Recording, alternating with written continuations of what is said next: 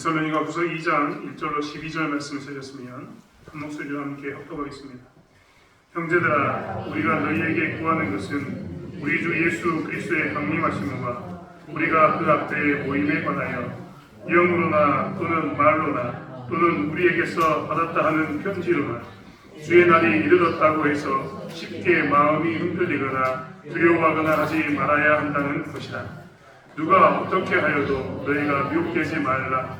먼저 배교하는 일이 있고 저 불법의 사람 곧 멸망의 아들들이 나타나기 전에는 그날이 이르지 아니하리니 그는 대적하는 자라 신이라고 불리는 모든 것과 숭배함을 받는 것에 대항하여 그 위에 자기를 높이고 하나님의 성전에 앉아 자기를 하나님이라고 내세우느니라.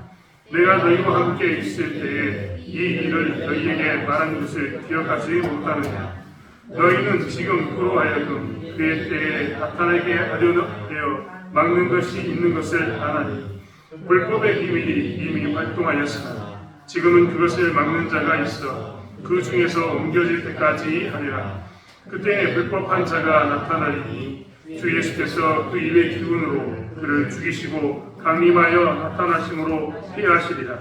악한 자의 나타남은 사탄의 활동을 따라 모든 능력과 표적과 거짓 기적과 불의의 모든 속임으로 멸망하는 자들에게 있으리니 이는 그들이 진리의 사랑을 받지 아니하여 구원함을 받지 못함이라.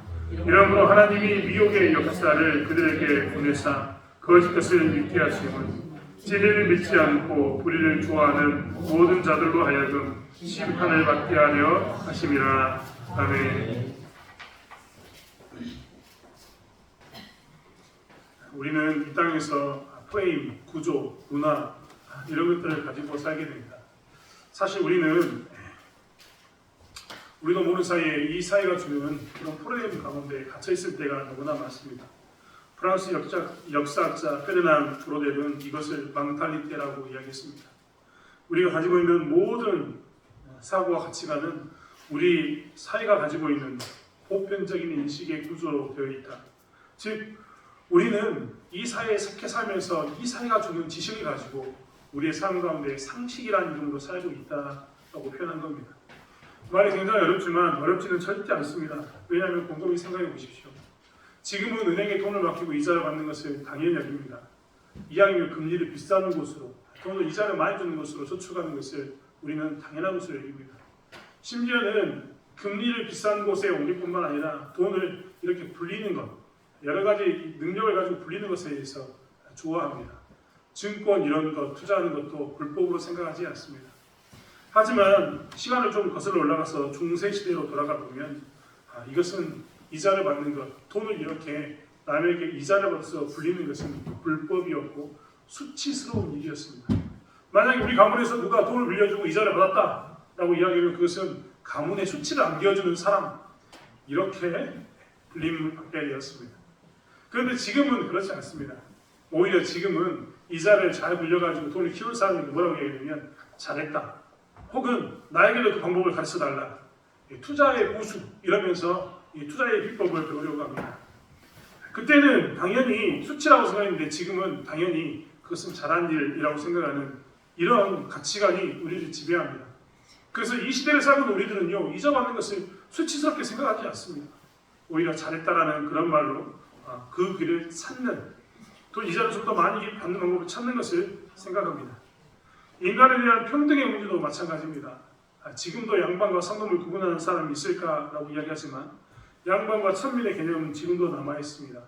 그래서 우리나라 사람들은 정말 많이 좋아졌지만 정말 이제 계급을 두지 않지만 그래도 여전히 사회 곳곳에서 양반과 천민에 대한 삐딱한 시선은 여전히 남아있습니다. 그러나 이런 시선은 한국에만 있었던 것은 아닙니다. 유럽에도 이 계급 제도가 있었는데 그것은 무엇이었냐면 성직자, 기사, 평민의 구조가 계급 사이였습니다. 지금 인도는 이렇게 카스트 제도에 의해서 다른 계급끼리 만나는 것을 절대적으로 금하고 있지만 유럽은 과거에 성직자, 기사, 평민의 구조로 나누어서 만약에 성직자와 기사와 평민이 서로 다른 관계를 맺게 되면 어떻게 되느냐, 이들은 지옥에 가는 길이라고 생각하면서 성직자는 성직자가 되는 것, 그리고 기사는 기사로 사는 것, 평민은 평민으로 사는 것, 그것이 당연한 거라고 생각했습니다. 하지만 지금은 어느 유럽 사회에서도 성직자와 기사와 평민을 나누어서 계급을 나누진 않습니다. 오히려 유럽 사회에 가서 이 계급을 이야기하면 그것은 굉장히 무지한 일, 무식한 일이라고 취급받습니다. 이게 다 뭐냐면 그 시대에 가지고 있는 망달리테, 즉 사회의 분위기 가운데 우리도 모르는 사이에 배워가는 모든 것들입니다. 이렇게 우리는 이 사회에서 가운데 이렇게 살다 보니까 이것 때문에 사실 신앙생활하는데 방해가 굉장히 많습니다. 여러분 한번 생각해 볼까요? 일본은요 기독교를 수많은 신들 중에 하나로 받아들입니다. 왜 그러냐면 그 사회의 망달리테라고 이야기하는 그 사회의 사람들이 가지고 있는 가치관이 그렇습니다. 엄청나게 많은 신 중에 하나가 일본에서는 예수님입니다. 그러니까 그들은 예수를 믿는다고 이야기하면서도 나는 예수를 믿어 라고 이야기하는데 수많은 신들 중에 하나를 믿는 겁니다. 유일 신으로 절대 믿지 않습니다. 하나님이 혼자라는 한 분밖에 안 계신다는 유일하다는 그 이야기로 신을 믿는 게 아니라 그들은 여러 신들 중에 하나로 믿습니다. 태국만 봐도 그렇습니다. 태국은 불교, 부처가 가장 높은 위치를 차지하고 있습니다. 신들의 가장 위쪽은 부처입니다. 그런데 예수 그리스도라는 이름을 그들이 번역을 하면서 하나님을 번역할 때 부처 밑에 있는 하급신으로 번역했습니다. 그러다 보니까 영원히 태국에 있는 사람들은 생계책을 읽으면서 어떻게 되느냐, 하나님이 유일하고 가장 위대하시고 홀로 존재하시는 그 분이라는 것을 이해할 수가 없습니다.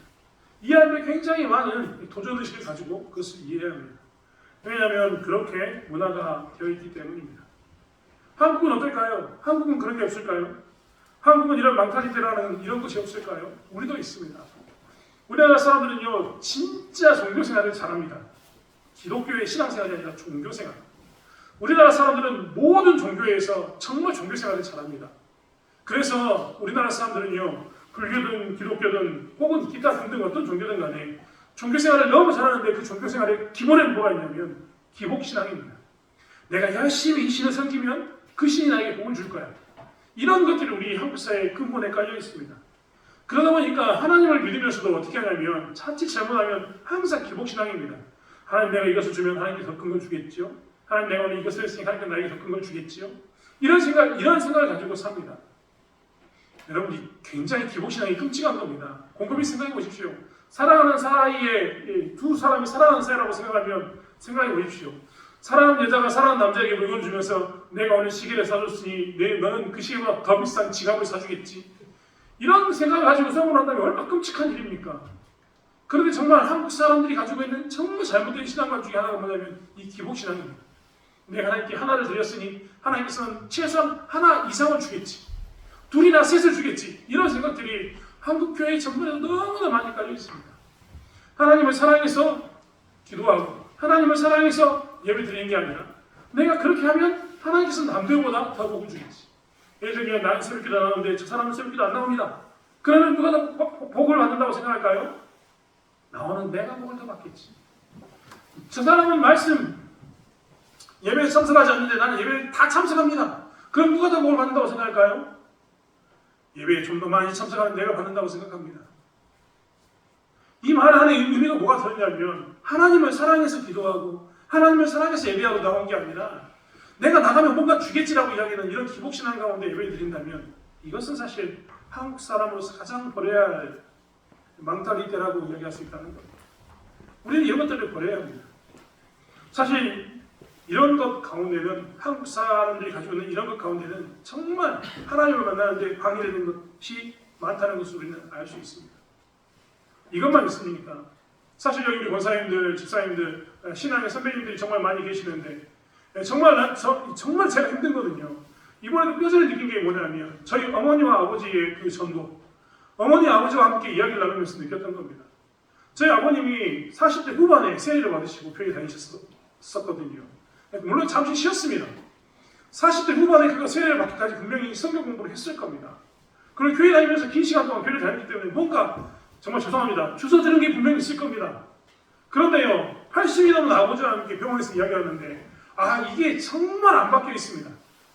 무엇이 하나님을 섬기는 것인지 정말 모르는 가운데서 어떻게 찾았냐면 정말 힘들고 어려우니까 하나님을 찾았고 하나님께 나가서 예배드리고 경배했던 겁니다.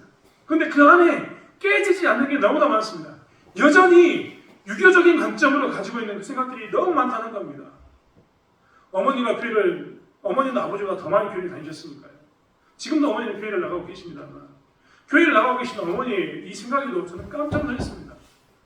이번에 아버님 돌아가신 나중에 모든 것은 어머니께서 원하는 대로 하겠다라고. 왜냐하면 저희 형제는 굉장히 복잡합니다. 물론 제가 앞서서 목사이기 때문에 이렇게 하자라고 이야기하고 장자이기 때문에 이렇게 하자라고 이야기하면 끌고는 갈 수 있는데 제가 해보니까 이렇게 부딪히면 나중에 전도할 때 굉장히 불편하더라고요. 그래서 이번에는 기준을 딱 정했습니다. 어머니께서 하자는 대로 하자라고 이야기했거든요. 한편으로 속으로 내심 좀 기대는 하고 있었습니다. 왜 기대하고 있었냐면 어머니께 교회 다니시니까 최소한 아들 말대로 하지 이런 말이 나올 줄 알았거든요. 근데 전혀 뜻밖의 우리 어머니가 이렇게 이야기했습니다. 아버지 가셨는데 상 하나 안 차려놔서 되겠냐? 배고프겠다. 충격 먹었습니다. 근데 더 충격은 뭔지 아십니까? 저희 작은아버지가요 원불교 다니시거든요. 원불교에 지금도 정말 원불교 그쪽에서 보는 이 책들이 있는데 책을 보시면서 지금도 이야기하십니다. 근데 우리 저희 작은아버지가 너 잠깐 나 좀 보자라고 이야기했더니 뭐라고 얘기했냐면 야 이왕 네가 기독교식으로 했으니 기독교식으로 밀어붙여라. 굉장히 충격적이지 않습니까? 근데 제가 이런 일들을 보면서 뭘 느꼈냐면 정말 바뀌기가 힘들다. 사실 10대 때부터 20대 때부터 예수를 믿으면 그들은 바뀔 이유가 없습니다. 어린 시절부터 예수를 믿었기 때문에 자연스럽게 배워가는 게 뭐냐면 하나님의 방식대로 배워가거든요. 이런 사람들은 망탈리테라고 이야기하는 이런 관습들, 습관들이 자연스럽게 기독교식으로 딱 자리 잡기 때문에 이런 사람들은 더 이상 내가 그들을 뭐 바꿔야겠다, 고쳐야겠다 이런 생각이 들지 않습니다. 그런데 나이를 많이 드셔서 70, 80, 90에 대해서 예수를 믿으면요. 어떤 문제가 생기냐면 예수를 믿긴 믿습니다. 근데 내 삶 가운데 여전히 많은 부분은 예수를 믿는 것과 동시에 무엇을 공유하고 있냐면 지난 70년간, 80년간 내가 유지했던 내 삶과 공유하고 있습니다. 이것은 신앙이 좋다 나쁘다 이런 문제가 절대 아닙니다. 제가 저희 어머니 욕하려고 제가 이 자리에서 저희 어머니 이야기했겠습니까? 그렇지 않습니다. 내 어머니는 지금 할 수 있는 한 자기 표현대로 최선을 다해서 예수님을 섬기고 교회 나가고 아픈 허리를 붙들고 나가서 앉아있는 게 굉장히 힘들다고 이야기하시는 어머니. 허리가 다 구부려져가지고요. 이거 없이는 못 나가십니다. 저희가 어머니랑 같이 걸을 때 제가 옆에 팔짱을 띄워주지 않으면 어머니가 걸음을 걸을 수 없을 만큼 불편하십니다. 그런 분이 가서 예배 시간에 앉아가지고 1시간, 2시간 앉아있는 게 얼마나 곤욕스럽겠습니까? 저는 그 부분을 충분히 이해합니다. 저희 아버지가 했던 말도 전 충분히 이해한다니까요. 야, 귀가 안 들려가지고 예배 시간에 갖고 앉아있으면 1시간, 2시간 동안 나는 미치겠다. 안 들리는데 내가 없다고 어떻게 하는 이야기냐. 그래서 난 교회 안 간다라고 이야기했던 그 아버지의 마음이 이해가 안 되는 게 아니라는 겁니다. 즉 어머니는 아버지를 이해 못하는 게 아니라는 거죠. 그분들은 나름대로 열심히 예수님을 섬기고 있는데 그들의 삶 가운데는 뭐가 있냐면 지난 시간 쌓아왔던 인생의 경험이 망탈리테가 되어서 즉 자기만의 어떤 이런 관념이 돼가지고 고정관념이 돼가지고 어떻게 되냐면 예수를 받아들이는데 방해를 합니다. 엄청나게 방해를 하게 됩니다. 그래서 예수를 따르는데 굉장히 주저하게 만들고 어떤 때는 자기는 예수를 따른다고 열심을 내고 있는데 전혀 엉뚱한 그런 일을 할 때가 너무나 많다는 겁니다. 이게 근데 사실 우리 어머니 아버지의 일일까요? 사실 모르게 몰라도 우리 교회에 다니고 있는 우리 여기 집사님 목사님들도 아마도 모르게 몰라도 남아있을 겁니다. 나도 모르는 사이에 툭 튀어나오면서 야 우리 어머니가 했던 것처럼 아버지 밥 한 그릇 드려야지 이런 말 하시는 분들이 분명히 계실 줄 압니다. 그분들이 비난하자는 게 아니라 오늘 성경의 본문에 이게 정말 필요하기 때문에 얘기하는 겁니다. 우리도 모르는 사이에 과거에 가지고 있었던 그 습관들을 가지고 삽니다.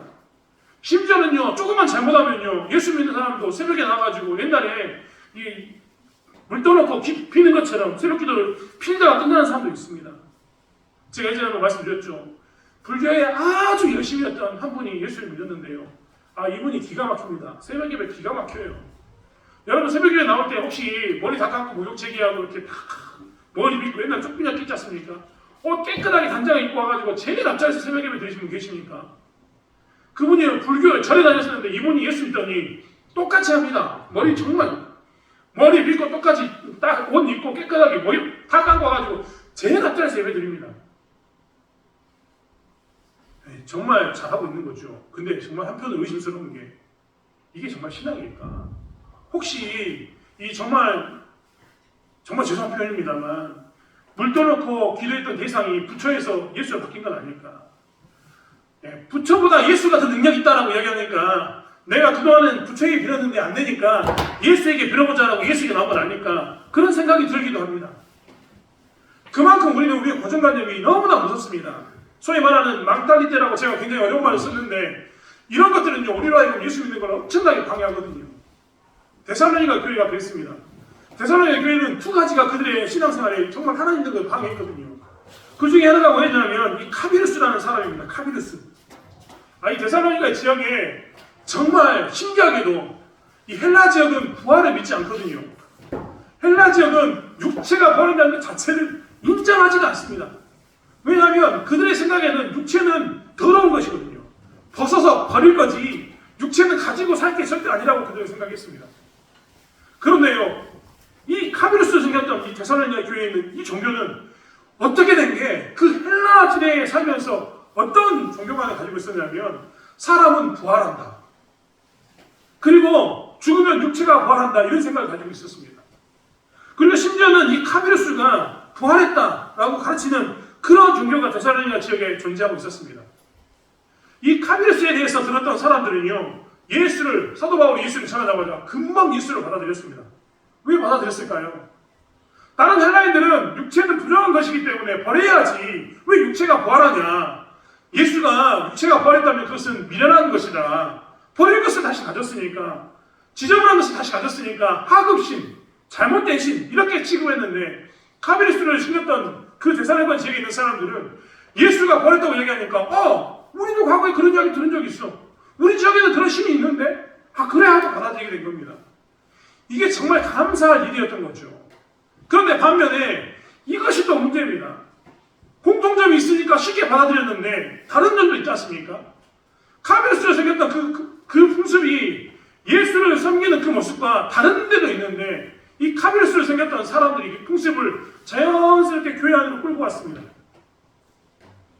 마치 아까 제가 말씀드린 것처럼 새벽 기도에 정말 그전에는 부처를 열심히 섬기다가 이제 능력이 예수께 있는 것처럼 보여서 하나님께 있는 것처럼 보여서 하나님을 섬기러 오는 사람처럼 그들은 뭐랬냐면 카비루스라는 자리에다가 예수를 대놓고 난 다음에 예수가 더 능력 있나 보다라고 얘기하면서 카비루스 대신 예수를 섬겼습니다.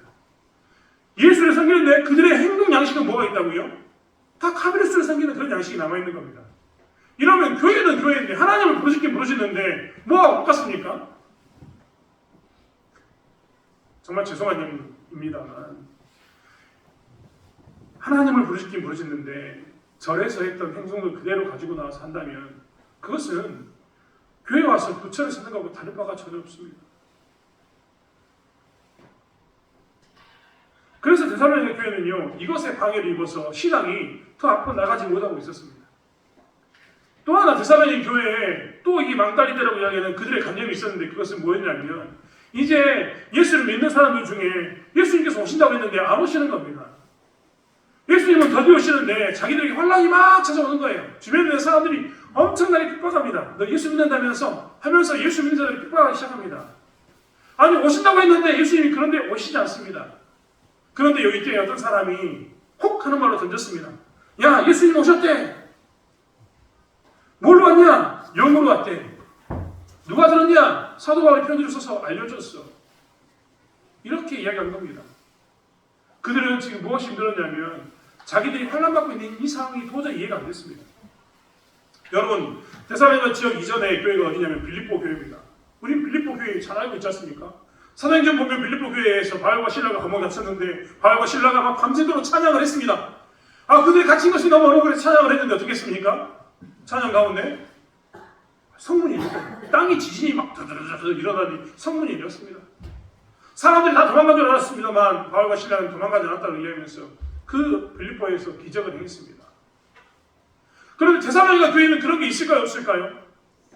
그전 교회 빌립보 교회에서는 찬양하고 찬송하면 땅이 흔들리고 감옥에 갇혔던 사람들이 풀려나고 착고가 풀어지는 그런 역사가 나타나고 그런 것을 통해서 하나님이 살아계심을 증명해서 이 많은 사람들이 예수를 믿고 하는 역사가 나타났는데 데살로니가 지역에는 이런 일이 없습니다.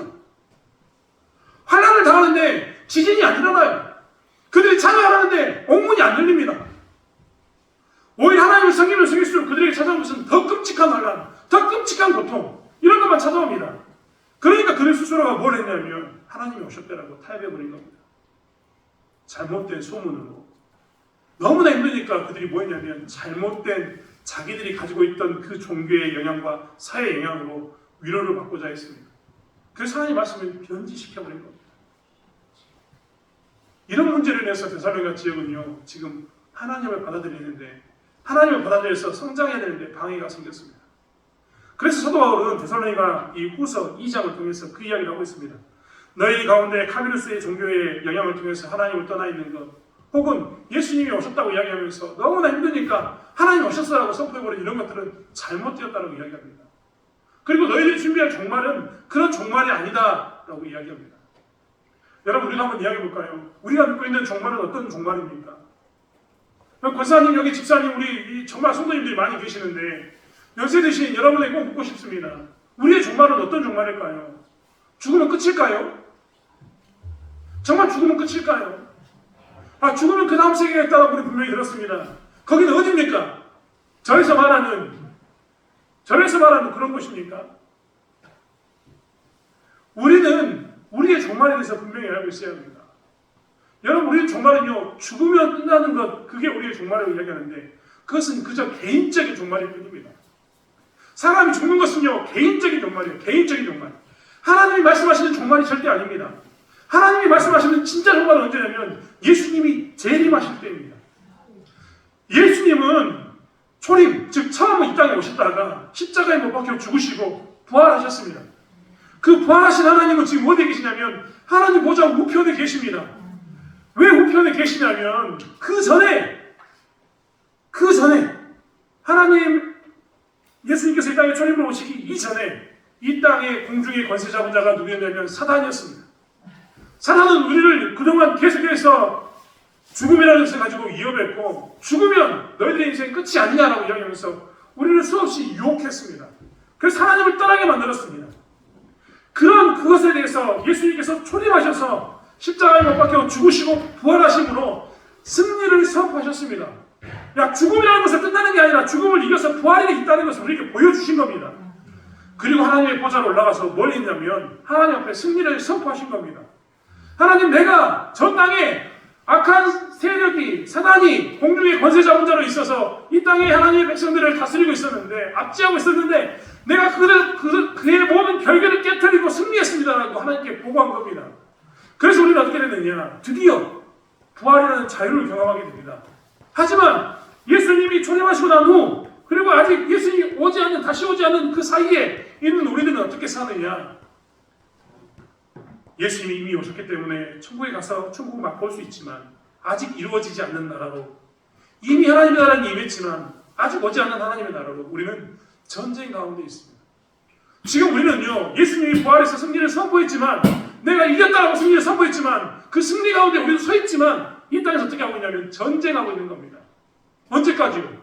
예수님이 재림하실 때까지. 예수님이 재림하시면 그때 우리는 어떻게 되냐면 예수 믿는 사람들은 구원받고 예수 믿지 않는 사람은 심판받는 진짜 종말이 오는 겁니다. 사실 우리가 종말을 기다린다 이 말은요, 개인적으로 죽음을 기다리는 게 아니라 우리가 죽어도 살아도 예수님이 재림하시면 다 하나님 앞에 가서 서게 되는데 그때를 기다리고 있는 겁니다. 우리는 종말을 기다린다라고 이야기하면 우리는 예수님이 재림하실 때가 우리의 종말이다라고 늘 고백하고 살아야 합니다. 아니, 내가 죽었는데 예수님이 재림하면 뭐하냐고요? 안 그렇다니까요.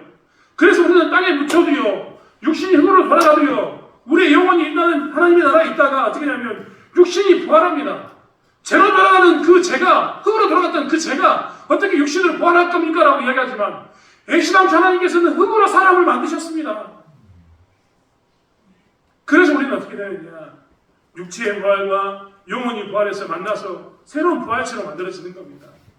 죽은 자도 예수님이 재림하시면 그렇게 부활해서 예수님 앞에 가서 섭니다. 그리고 그 자리에서 심판을 받습니다. 예수를 믿는 사람은 이제 천국으로, 예수를 믿지 않는 사람은 지옥으로 다시 보냅니다. 영원한 인걸 가운데 두게 된다는 겁니다. 이제 그 자리에 가면 되돌이킬 수가 없습니다. 산 자도 마찬가지입니다. 죽은 자가 부활하고 난 후에 산 자도 예수님의 그 재림 앞에 나가서 심판을 받습니다. 이게 우리가 이야기하는 재림입니다. 그럼 이 재림은 언제 오느냐? 여러분, 우리가 보십시오. 아직 개인적인 종말을 맞이하지 않았던, 아직 죽지 않았던 우리들은 지금 언제 재림이 올지 모르고 있는 그 상황 가운데 서 있는 겁니다. 예수님은 때와 시에 대해서 대해서 말하지 않는다라고 이야기하시면서 그것은 아버지 알 바이다라고 이야기하셨습니다. 그리고 우리는 어떻게 준비해야 되느냐? 주님이 언제 오실지 모릅니다. 도적같이 오실지 모릅니다. 우리가 자고 있을 때 깨있을 때 언제 오실지 모르는 겁니다. 하지만 중요한 것은 뭡니까? 우리가 그 재림을 항상 준비하고 있어요.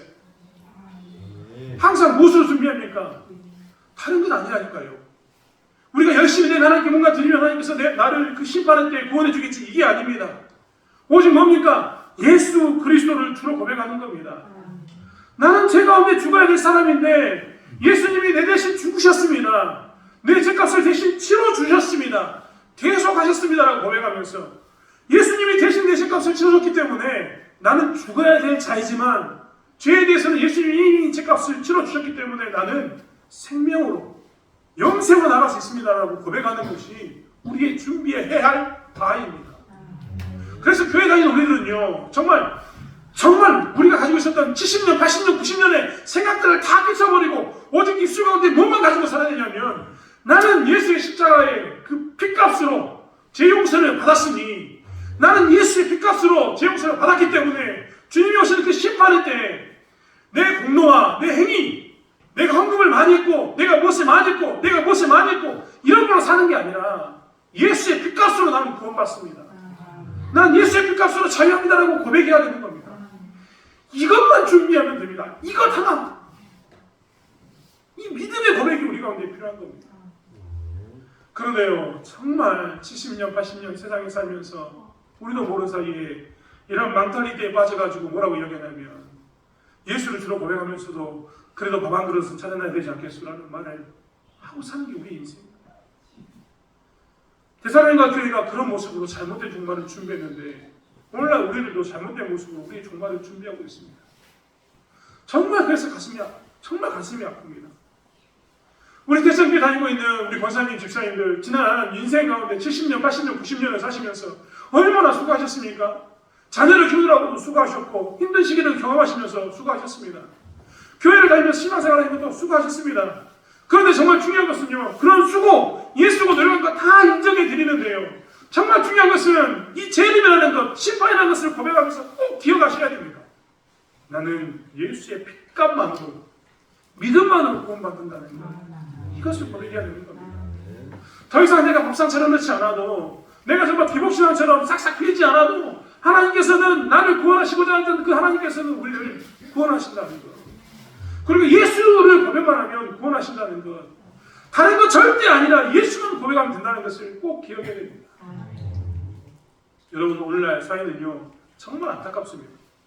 하나님은 우리 가운데 두 가지를 주셨습니다. 두 가지. 하나님을 알 수 있는 것 두 가지를 주셨습니다. 첫 번째는 뭐냐면 우리에게 양심을 주신 겁니다. 양심. 이 양심에는요, 여러 가지가 포함될 수 있지만 이성도 이 양심에 포함될 수 있습니다. 그래서 사람들은 이성을 가지고 하나님을 열심히 생각합니다. 양심을 가지고 열심히 하나님을 생각합니다. 그러면 뭘 안다고요? 하나님이 계신다는 것. 그게 하나님이든 아니든 신이 계신다는 것을 사람들은 어렴풋이 느낍니다. 그래서 자기도 모르는 사이에 항상 신을 찾습니다. 그게 두려움의 대상이든 혹은 그게 경배의 대상이든 신을 찾습니다. 이 땅에서 많은 사람들이 무신론자라고 이야기하는데요, 그 무신론자들도 자기들이 힘들고 어려우면 누굴 찾냐면 신을 찾습니다. 정신의학자들도요, 힘들고 어려우면 신을 찾습니다. 왜냐하면 하나님께서 양심이라는 걸 주셨으니까. 그런데 너무 안타까운 것은 이 양심을 가지고 이성적으로 생각하는 이 사람이요, 이 머리에 주셨던 이성, 양심 가운데 일부분이었던 이성을 가지고 어떻게 하냐면 이성으로 하나님을 판단합니다. 평가합니다. 그래놓고는 뭐라고 이야기하냐면 신이 죽었기 때문에 이제 하나님은 없다라고 이야기해버립니다. 사실 양심은 신을 어렴풋이 알게 하는 것인데, 어렴풋이 양심을 가지고 쳐다보다가 하나님이 없다라고 이야기하는 것, 이것은 정말 어리석은 일입니다. 하나님은 양심만 우리에게 주신 게 아니라 뭘 더 주셨냐면 성령을 주셨다는 거예요. 성령을 통해서 우리가 뭘 할 수 있냐면 하나님을 명확히 알 수 있습니다. 그래서 예수 믿는 우리에게 축복은 뭐냐면 우리가 성령이 있다는 게 우리의 축복입니다. 그래서 하나님에 대해서, 종말에 대해서, 구원에 대해서 내가 어떻게 하면 저 부활 가운데, 심판 가운데 생명을 하는가에 대해서 무엇을 통해서 알아야 되냐면 내 양심을 통해서 신이 있다는 것을 알고, 성령의 역사 가운데 말씀을 볼 때 눈이 밝아져서 우리는 어떻게 되냐면, 아, 그 신이 하나님이시구나. 우리는 하나님이 없이는 살 수가 없구나. 예수 그리스도께서 그래서 십자가에 못 박히셨구나. 이것을 비로소 알게 되는 겁니다. 자꾸만 내 양심, 내 이성으로만 판단해가지고 신이 있다 없다라고 이야기하면 영원히 만날 수 없습니다. 오직 무엇을 통해서만? 성령을 통해서만. 성령이 우리에게 말씀을 보여줄 때만 우리는 비로소 하나님을 만날 수 있습니다. 그래서 교회 와서요, 정말 죄송한 이야기입니다만 기도하고 싶다면 꼭 이게 먼저 기도돼야 됩니다. 하나님, 내게 성령의 충만함을 주심으로 말씀이 밝히 보여지게 도와주시고, 내가 양심으로 희미하게 보았던 그 하나님이 말씀을 통해서 명확히 보여지게 달라고 기도하셔야 됩니다. 예수님에 대해서 이렇게 수없이 이야기했는데도 여전히 내가 그동안 살아왔던 망달릴 때 내 간념과 내 생각 때문에 나도 모르는 사이에 비리고 있다면, 뭔가 내가 행위를 해야 된다고 생각하는 그런 모습 가운데 있다면 이제 성령에게 기도해야 합니다. 하나님, 성령의 충만함을 내게 주심으로 이런 것들 내가 지난 70년, 80년 동안 가지고 있던 이것들 다 버리고 오직 성령 하나님 주시는 은혜 가운데, 말씀 가운데서 명확하게 해주십시오. 십자가의 은혜만 바라보게 해주십시오라고 기도해야 되는 것이 우리의 모습이라는 겁니다. 이 데살로니가 교회에 하는 이야기가 바로 여기에 있습니다. 제발 너희들이 가지고 있었던 상황과 환경, 망달릴 때라고 이야기하는 것들을 버리고 제발 너희들이 말씀 안에 돌아와서 말씀을 보기만 한다. 사도 바울은 계속해서 이야기합니다. 5절의 말씀도 내가 너희와 함께 있을 때 이 일을 너에게 말한 것을 기억하지 못하느냐. 사도 바울은 이미 말씀을 가르쳤고 말씀을 이미 그들이 전했습니다. 그런데 그들은 말씀을 내어놓고 뭐라고 했냐면 다른 것을 찾고 있는 겁니다. 마치 우리가 지난 시간 동안 70년, 80년, 90년 동안 내가 가지고 있었던 그것이 익숙해서 그것이 편한 것처럼, 이 데살로니가 교회가 이 카비루스를 섬기는 것이 익숙했던 것처럼, 혹은 회피하기위해서 주님이 오셨다라고 이야기하는 것이 더 편했던 것처럼 내 편의 위주로, 내가 익숙한 것 위주로 우리는 막 찾아간다는 겁니다. 그런데 사도 바울은 그것에 대해서 이야기하기를 뭐라고 이야기하냐면, 내가 전한 말이 있었잖아. 하나님 말씀이 있었잖아. 제발 말씀에 집중해서 너희들이 말씀 안에서 성령의 조명 가운데서 말씀으로 너희들이 명확해지기 원한다라고 이야기합니다. 그리고 그 말씀 가운데 있다면 너희 눈에 보이는 기적과 표적 이런 것에 유혹당하지 않고 너희는 주님이 오시는 그날까지 하나님의 은혜 가운데 서 있을 거다라고 말씀하고 있는 겁니다. 사랑하는 성도 여러분, 특별히 사랑하는 우리 신앙의 선배 되신 우리 권사님, 집사님, 성도님, 진짜 다시 한번 말씀드리고 싶습니다. 우리는 예수를 믿음으로 구원받습니다. 다른 것 아무것도 안 하셔도 좋은데 내가 예수를 믿습니다. 예수님이 내 죄를 위해서 죽으셨습니다. 내 죄를 위해서 죽으심으로 내 죄값이 사라졌습니다라고 고백하는 것으로 우리는 구원받습니다. 내가 가지고 있었던 모든 것을 내려놓으시고 그 믿음 가운데 나의 삶을 다시 세우는 저와 여러분이 되기를 바랍니다. 우리의 심판은, 마지막은, 재림의 때는 바로 그런 사람들이 예수님 앞에 설 때라는 것을 기억하면서 그때 나의 구원은 오직 예수를 주로 고백하는 데 있다는 것을 고백하는 삶을 살아가는 저와 여러분이 되길 원합니다.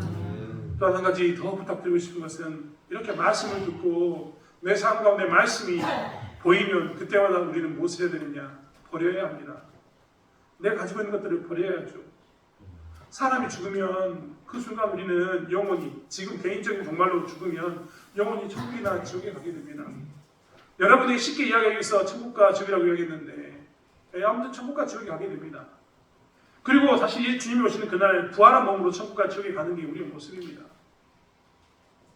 그런데 그런 우리들이 죽고 난 후에 밥이라도 줘야지라고 생각하는 것 너무 우습지 않습니까? 죽은 자들에게 상을 차려서 그들이 온다는 것을 기다리는 것, 이 땅에 하는 사람들이 하는 모습을 답습해서 그렇게 하는 것이 너무나 우습지 않습니까? 자, 제발 이것들을 버리시고 예수 그리스도라는 이름 안에만 우리의 신앙을 세우는 저와 여러분이 되기를 바랍니다.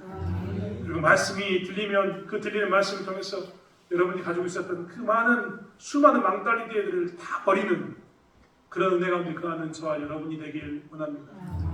종말을 준비한 우리들이 준비할 것은 무엇이냐면, 이렇게 우리가 가지고 있었던 사회에 있는 문화와 관습을 가지고 유혹하는 이 악한 무리들과 분리되는 것입니다. 그리고 오직 예수 그리스도를 고백하는 그 예수 이름 가운데 종말을 준비하는 삶을 사는 것이 우리의 모습이라는 것을 놓치지 않는 저와 여러분이 되기를 원합니다. 기도하겠습니다. 하나님, 우리는 멸망한 자들과 다릅니다. 우리는 생명을 얻은 자들이고 우리는 영원히 살 자들입니다. 우리에게 영생이 있습니다. 예수 그리스도의 이름 가운데 우리에게 영생이 있습니다. 예수님이 주신 그 십자가의 보혈 피값이 우리의 죄값을 치르심으로 우리는 비로소 자유인이 되었습니다. 영생을 누릴 수 있는 사람이 되었습니다. 천국 백성이 되었습니다. 하나님, 우리가 이것들 가운데 서게 도와주실 줄 믿습니다.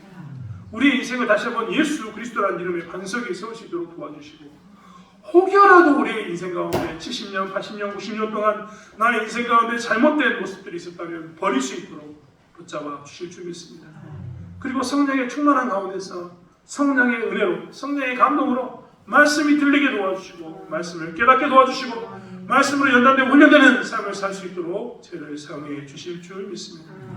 하나님, 우리 가운데 특별히 노년의 집사님, 권사님, 성도님이 계십니다. 그들 가운데 예수 그리스도가 신비 가운데 새겨지는 역사가 있게 도와주시고, 입술 가운데 예수 그리스도의 그 사랑이 나를 살렸음을 고백하는 고백이 넘쳐나게 하여 주시옵소서. 또한 저희들에게도 아버지 예수를 믿는 은혜가 되실 수 있도록 붙들어 주시기로 나오며 감사드리며 예수님의 이름으로 기도드렸습니다. 아멘.